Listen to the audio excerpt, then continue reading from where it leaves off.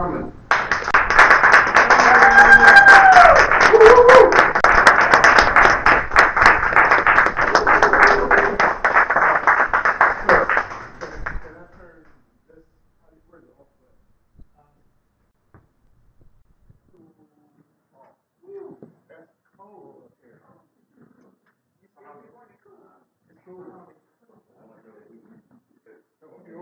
I might melt down.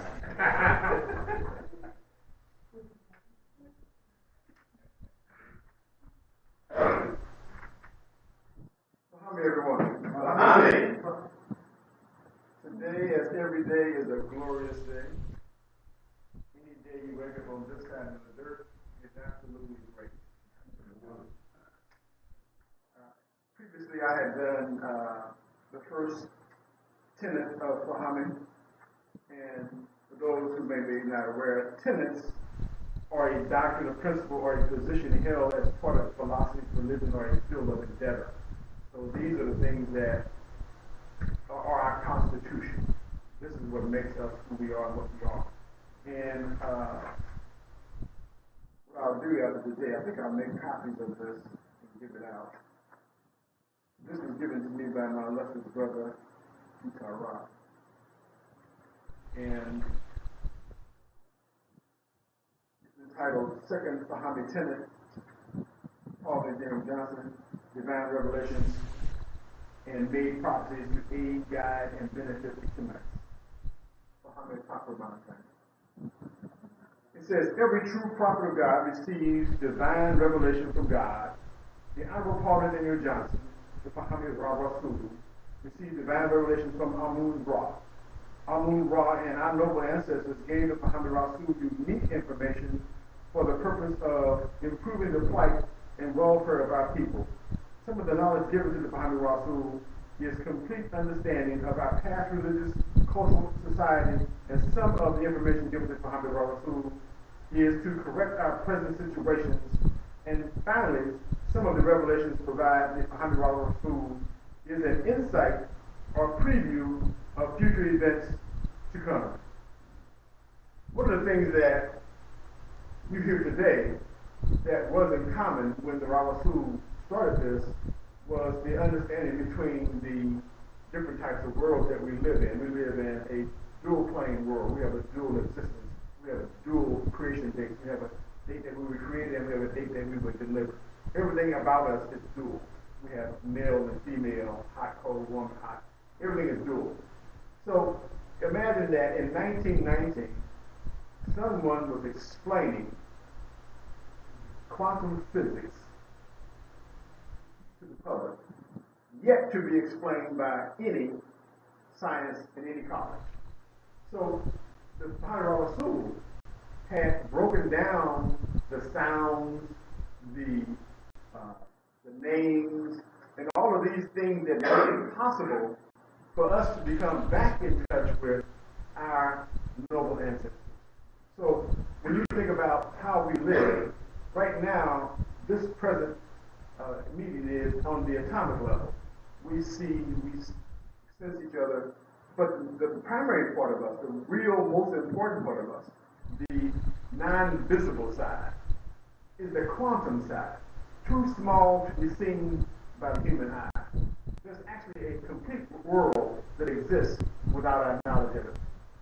Not to freak you out, but there's 182 living things on your skin right now. They live on you every day. And they will be with you till you turn to dirt and they'll go to something else. So there are organisms inside our universe. So I want you to think of two pyramids on their side like this. And this one is the farthest extreme that you can go in the universe. And you start to look toward the earth. And all you can see is stars. And as you zoom in thousands and thousands and millions of miles, you start to now see our galaxy. And then you go closer, you start to see our planets.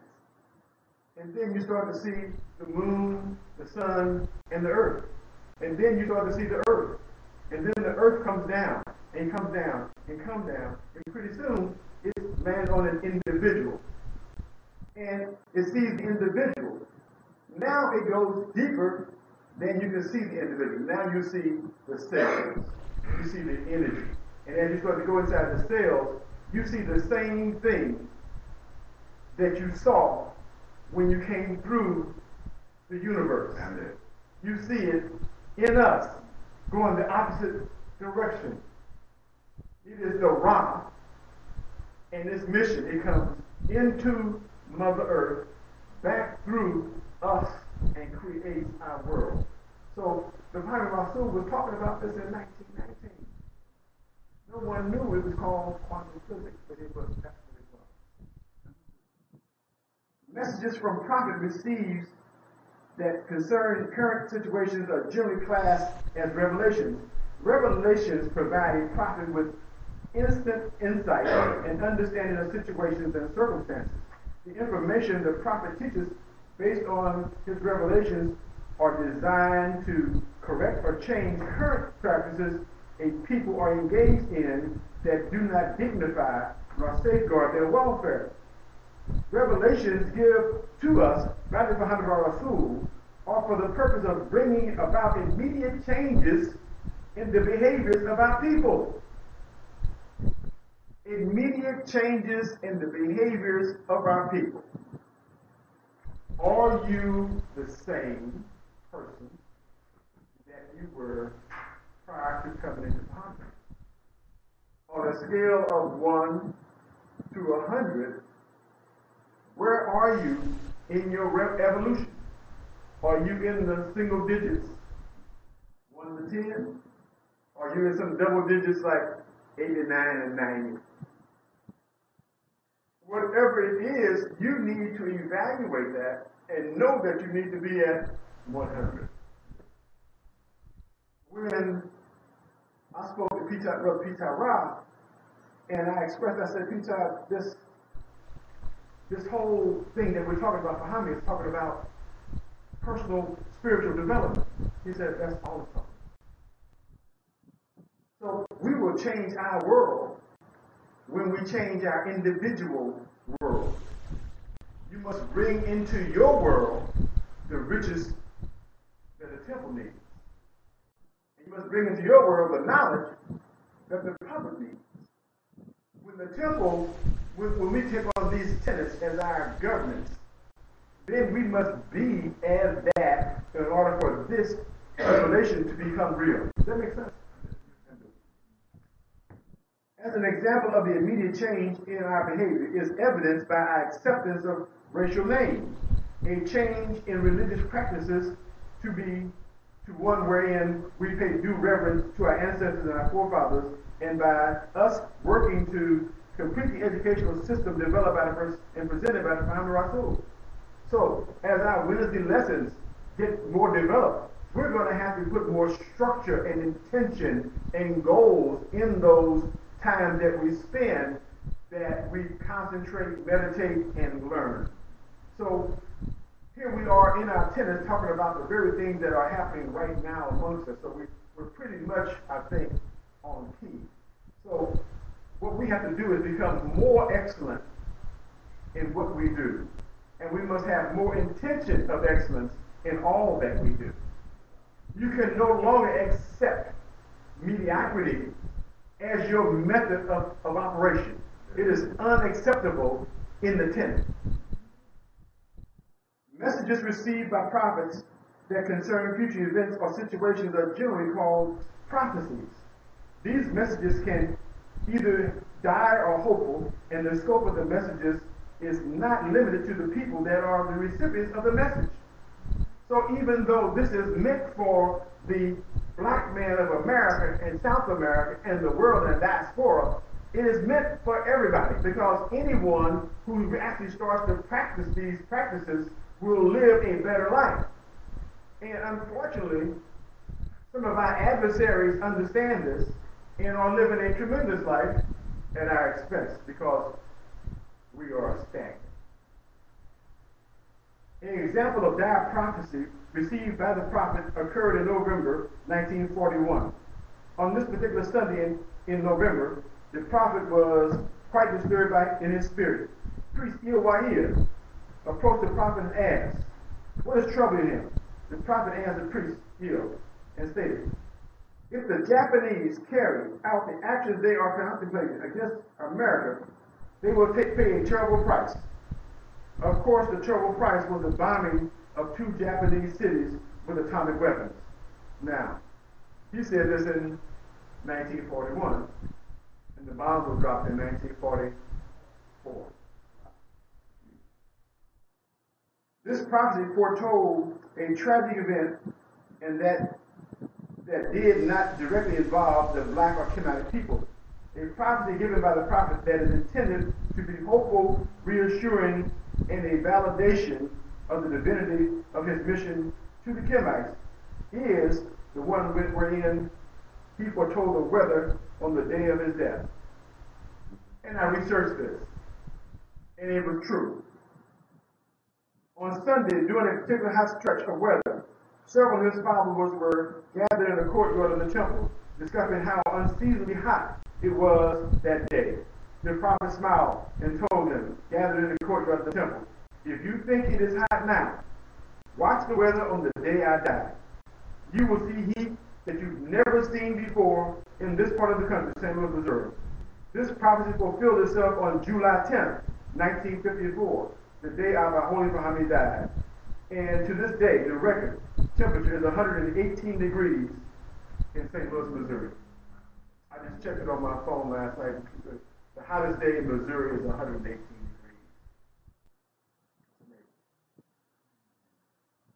St. Louis and surrounding areas have never been equal or broken. The temperature reached 118 degrees on July 10, 1954, and in doing so, it was dramatically demonstrated that the Holy Muhammad Rasul was indeed the son, S-O-N, of the S-U-N. These 2 previously recorded prophecies of the Fahamme prophet are given as examples of the breadth and depth of the Holy Prophet. Our prophet was unique in his revelations and prophecies are met and developed and prepared the Kemites for the age that is unfolding, the age of understanding. The thing that we all must start to do is actively listen and critically think. Actively listen and critically think. Actively listen means that you have focused your attention to a very narrow path of information. And your intention is to understand it, grasp it, and manifest it.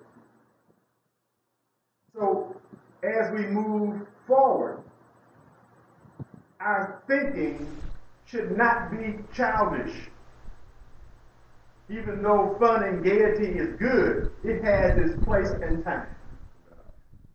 We must demonstrate a seriousness of mind and spirit so that those who see us understand we are for real. He has foretold the successor prophets are to appear approximately every 100 years from the advent of 1919, and their mission will be to fulfill and reinforce this message and further guide the sons and daughters of Kim back to their original position in the world. It is 2015, 16, 17, 18, 19. Somebody in this room or in some room might be the new prophet. It says right here, he foretold the successor prophet is to appear every 100 years from the advent of 1919. It is upon us. So it may be in our gathering of more information and more knowledge that one of us springs up to be that divine leader. So the Holy Muhammad Rasul received divine revelations that made prophecies to benefit the Kemites and to aid the Kemites in the struggle to revamp their pre-slavery status, to guide them and show the correct ways or avenues to success in their efforts, to allow them to know when they have arrived at the proper conclusions concerning the affairs that confront them, and to inspire them in their diligence in their efforts. How do we choose? How do we make decisions? We have a consciousness that is divine, and we have a subconscious that is divine.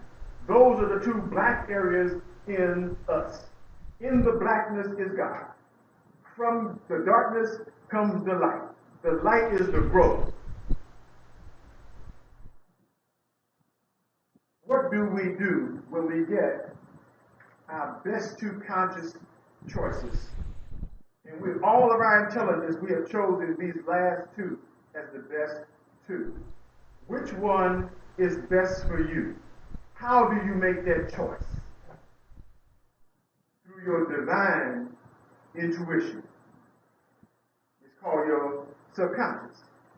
If you ask yourself a question and you are in tune with your subconscious, you will hear two answers every time. We live your life, remember. Okay. The trick is, can you grasp the first one? And the exercise that you use to be better at grasping the first one is our concentration and meditation sessions. You must start to train your mind to block out all things but that divine voice and be able to recognize it against the alien, that force that works against any other force. Energy does not concede to anything except more energy.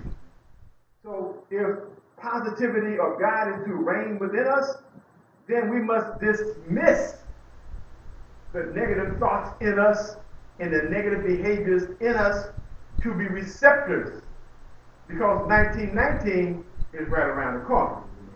Somebody is going to be a receptor. It may be in Fahamme, and it may not even be in Fahamme. It depends on which servant has become most worthy. Make yourselves worthy and call upon the spirit of your ancestors. How do you make yourself worthy? You get in tune with your subconscious.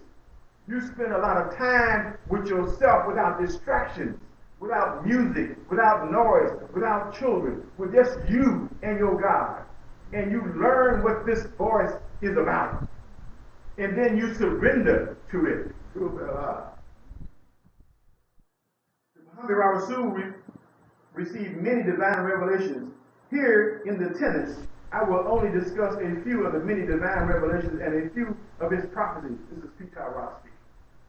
One of the early revelations the prophet received was the location of the original African Ethiopian. It was revealed that the Holy Prophet Rasul, that the original Africa or Ethiopia consisted of every land, ocean, river, lake on the equator within the tropics. So, the equator, the torrid zone, 1,000 miles below, 1,000 miles beyond, all of that was our land. Africa was our headquarters. Africa was where our capital was. The capital of the country, Washington, D.C., capital of our country, Africa. This consists of Australia in the east, the Amazons in Brazil, the Sudras in India, South America, and every island in the tropics. These were the lands possessed and ruled by the original Kemites called Ethiopians. The revelation disclosed a situation that existed before the continental drift that separated the great land masses and caused them to relocate to their present-day locations. This revelation identifies that the archaeological expeditions are discovering and confirming today. Archaeologists are discovering and confirming that ancient ruins been found in South America, Central America, India, Africa, some tropical islands, and elsewhere are populated by ancient black people, Ethiopians or Kemites. So, to have the ability to see before, because I grew up in school, the map was already separated. And where what they call North Africa was Mesopotamia in my book. But in our study, that was all Ethiopia. All the continent was Ethiopia. They called us the Asiatic people. Europa come from one of our ladies who developed the rope and weaving and they named Europe after her. Asia is named, is it Ashur? One of our princesses was named the landmass. Understand that all the land is always named after women because women are the gift of life, and so is the earth. Another revelation of Muhammad Rasul is the first and oldest name of our race, and the name of the original language spoken by our people. The prophet has introduced another term, a name for our people, and we have watched the journey of our people backwards in the time and discover our origins for themselves. On this journey of self-discovery, we have correctly given up the term Negro as a proper name for our people. Some of us have embraced African as a name for our people, while others of us have grown past the use of the African already. Continuing on this journey in our past, some of us have arrived at term Kemet, K-A-M-I-T, or Kemet, K-A-M-I-T-E-S. It is at this point in our journey of self-discovery that we first return to the term of our race, that is our own origin. The prior terms of Negro and African are foreign origin and therefore unfit as names for our race. A term introduced by the Holy Prophet in 1919 was Kim and Kemites, K-E-M-I-T-E-S or K-H-E-M-T-I-E-S, meaning the land of the upright people. The fact that we have embraced the terms Kim, Kemet, Kemet is one such point of validation and a revelation made by the Holy Prophet. The first and oldest name of our race, as taught by the Muhammad Rasul, is Yeez. John Henry Clark, anybody ever hear his name? Historian? Ben Yakima? Asa Hilliard? This was the forerunner to all of them. He gave them the impetus to study what Kim was. He told them, this is where you go and learn about your history. The first and oldest name of our people was taught by the Muhammad Rasul is Yeez, and as we continue our journey to the past for the purposes of self-discovery, we eventually arrive at this name for ourselves. The Muhammad Rasul revealed that Islam, Christianity, and Judaism are simply combinations of blendings of various cults founded by our noble ancestors. He taught that Islam is a combination of cults of Isis, Il, and Amun, and the practices and traditions they comprise. Christianity is a combination of cults of Ka, Ra, and Isis, and the practices and traditions they comprise. Finally, he taught that Judaism, or Israel, is a combination of cults of Isis, Ra, and Il, and the practices and traditions they comprise. The Muhammad Rasul teaches that there was a cult of Christ, a Ka-Ra, 10,000 years before Jesus was born. A concise overview of the cult of Ra, of Raha, discusses the birth of life, death, resurrection, and assumption of the divine principle. Osiris, or Ashur, as the Son of God, S-O-N, operating in nature. It is understanding and knowledge of our noble ancestors that is told or recited in the poetic language of our people. Knowledge that is preserved and taught in this fashion can be retained for generations as long as the culture upon which it is built survives. With the loss of our ancient culture and traditions, we also lost the understandings of the stories, the symbols, the parables, and explained our perceptions of the universe and the development of our civilizations. Although we taught the world this knowledge, we no longer recognize our own teachings because we have lost the use of our national language and knowledge of our history. Again, back to my riddle. How do you free a slave that has acquired a PhD?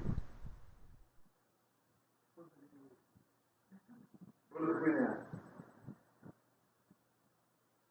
A final revelation that we discuss here is a revelation that is meant to inspire us and point to a way to overcome the dread and leadership in our race. and we got some. When you think about who they say are leaders, it's a sorry statement. That's my opinion, but I'm trying to say, who would I say that is black? That's actually a leader.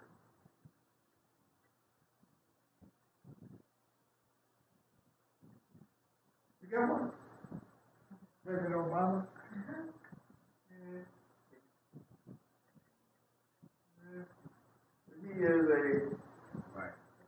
He is a position pointer. He stands in the path and directs traffic for those whom he is aligned with in the club because he swore allegiance to it. But is he actually a leader of us? No, but he is a leader of our country. This revelation pertains to the power and procreation in sex. Fahamme, husband and wife, being given the creative power of sex as a gift from the creator of the universe, can create and procreate any sort of child they desire, whether male or female, by the aid of prayer and sober living. They can also educate it and shape its destiny before it is born into the world. A gift from the merciful God, the Savior, the Forgiver, the Aider of all. Fahamme, the Honorable Fahamme, Holy Fahamme Gospel 4:26. When we talk about our children, children are an absolute blessing. I don't have a better word than blessing. It is something that you can't get this from any other source than a child human. It is our behaviors accompanied by our language that gives them a stairway clear, a clutter to success and excellence. It is in the language you speak every day and behaviors that you provide that child that nourishes this child's greatness to not know boundaries, to understand that an A is considered normal, a B is considered abnormal, a C is considered not possible, and a D, you don't even belong here. So we have the ability to start to deal with children in a way that I don't think is really being done to my knowledge. And that is to explain the spirit of Fahamme to them through quantum physics. And the thing that I am doing in practice in my everyday class is to draw the spiritual and scientific relation together so they can see it. An example. Anybody here not from St. Louis? Okay. I mean, you've been here long enough.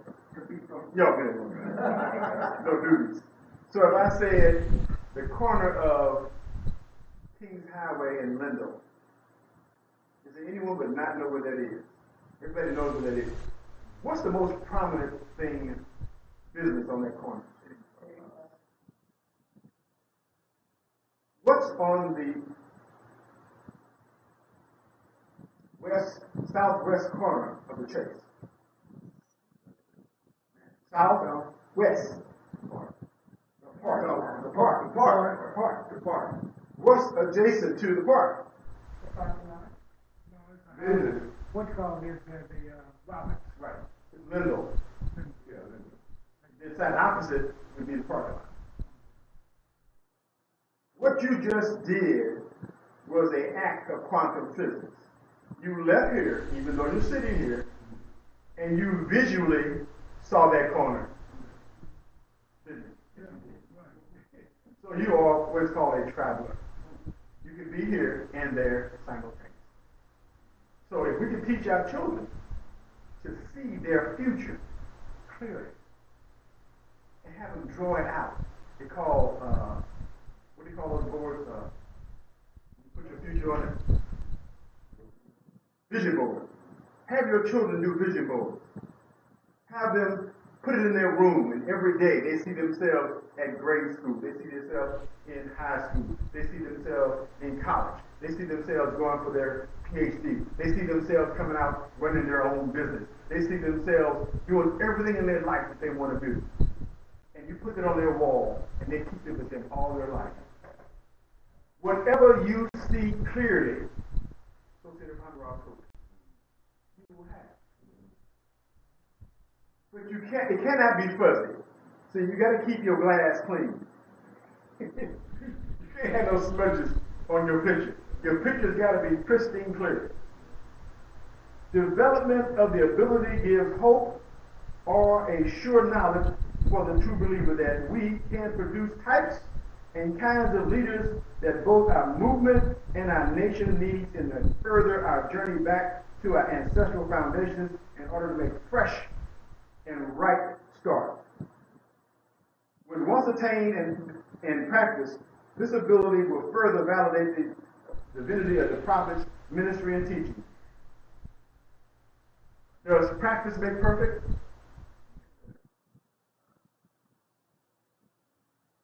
Only perfect practice makes perfect. Practice does not make perfect. Because you can practice perfectly wrong and have a perfectly wrong result. So it is the perfect practice that brings about perfection. It is the time that you choose to delegate to your development. Do you want to have the power and knowledge of the prophet? Then you must make yourself worthy. You must be still, that you may know that God lives within, and then become that which is in you. You must dismiss the old of you. You must dismiss the entirety of the old of you.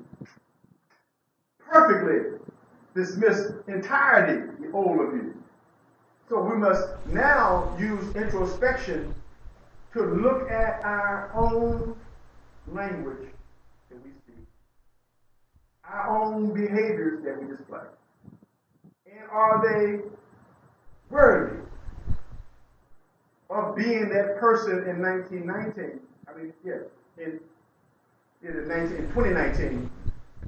that will be selected amongst us?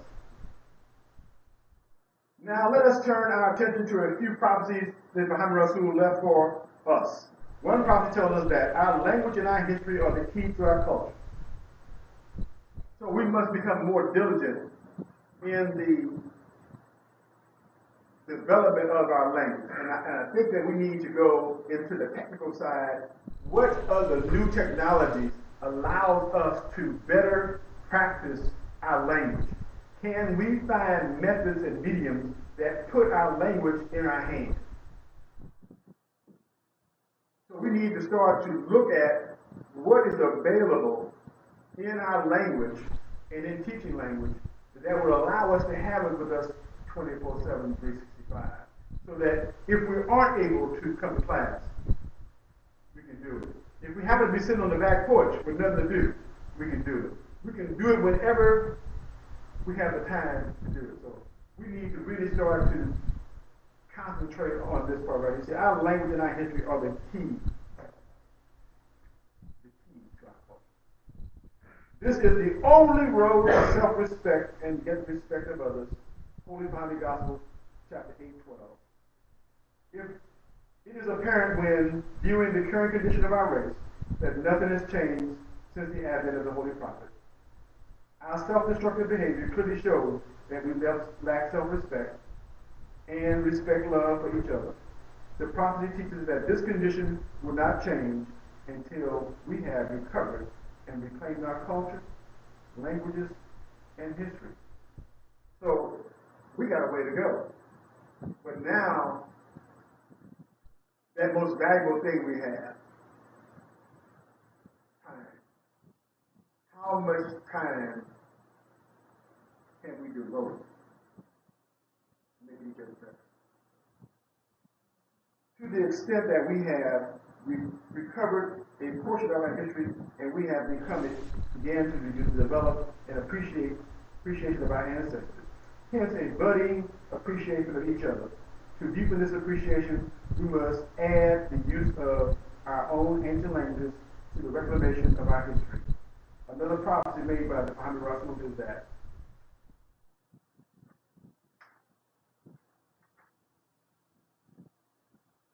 the surface and superficial faith and beliefs which has fostered upon us will soon be cast aside for real cultural design.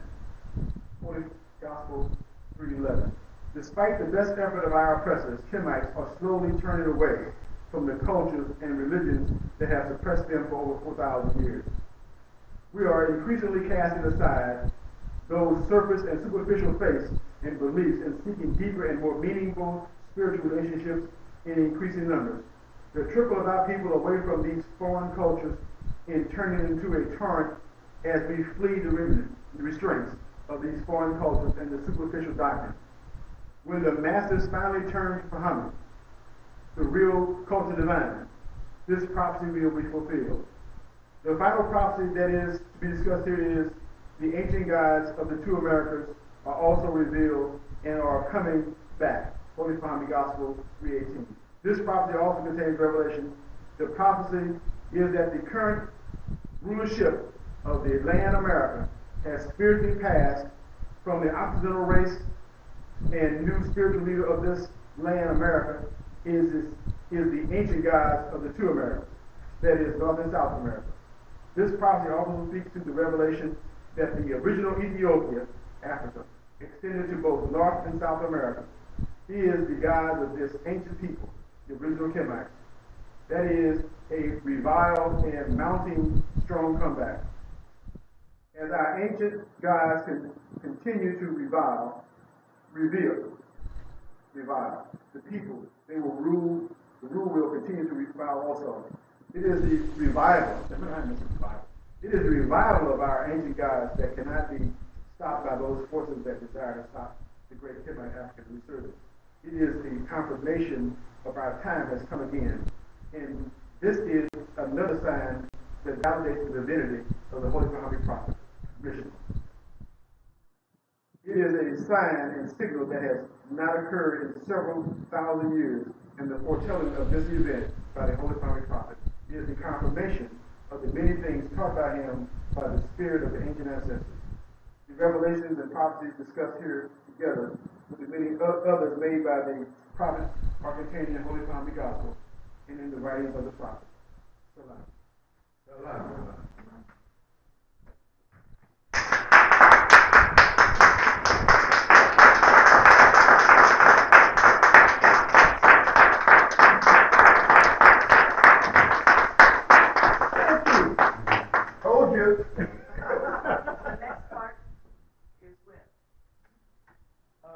It should be next week. This is 10 to 2, and I got 4 more to go. So I guess you all can see me off. I don't know another way. Unless I give it to you to read for yourself, but you won't get